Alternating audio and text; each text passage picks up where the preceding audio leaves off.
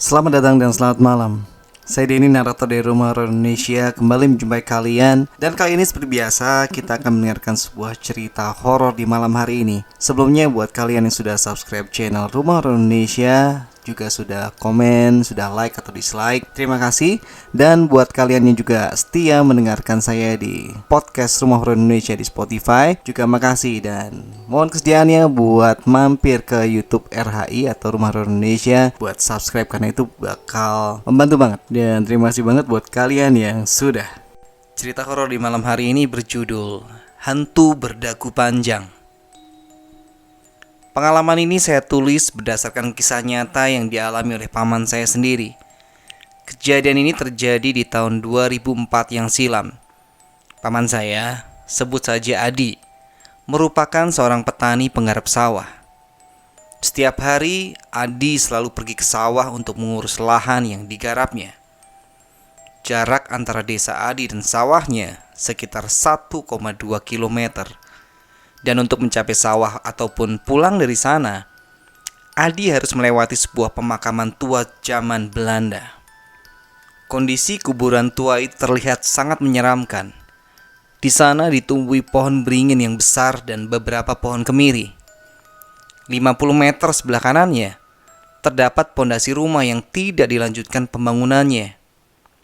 Selain dari kondisinya yang menyeramkan, area pekuburan itu juga dikenal angker karena ada beberapa orang yang melihat penampakan ketika malam hari.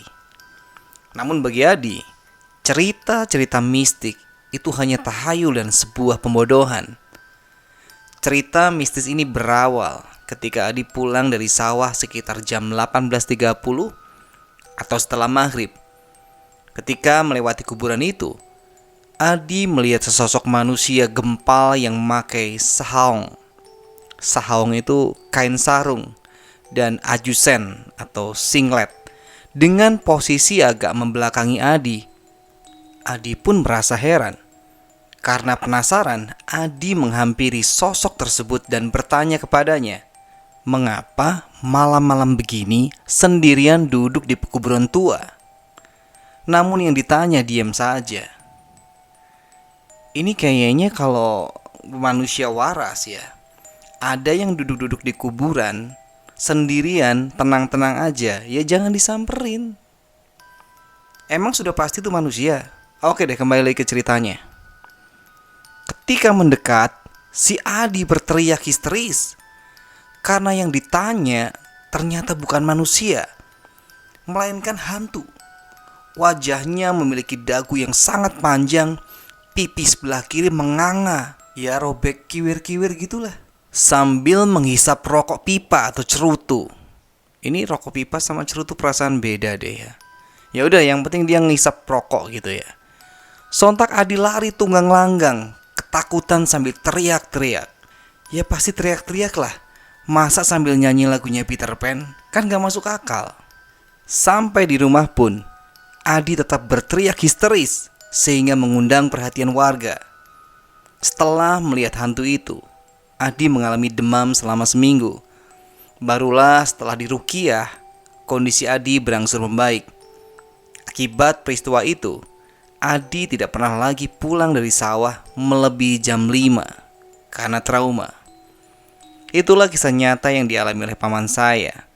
Saya sengaja menulis cerita horor ini karena 3 hari yang lalu ada kabar seorang warga juga melihat hantu dengan bentuk yang mukanya persis sama dengan yang dilihat oleh paman saya di cerita tadi. Ya itu tadi teman-teman, cerita horor kita untuk malam hari ini. Semoga kita bisa mengambil hikmah dari semua hal yang sudah terjadi. Kita bisa belajar dari pengalaman orang-orang tadi, baik itu fiksi maupun itu nyata. Ambil sisi positif dan buang jauh-jauh segala kebatilan dan keburukan. Dekatkan diri pada Tuhan yang Maha Kuasa. Dan semoga kalian terhibur dengan cerita tadi. Sampai ketemu di kesempatan berikutnya. Selamat malam, selamat beristirahat.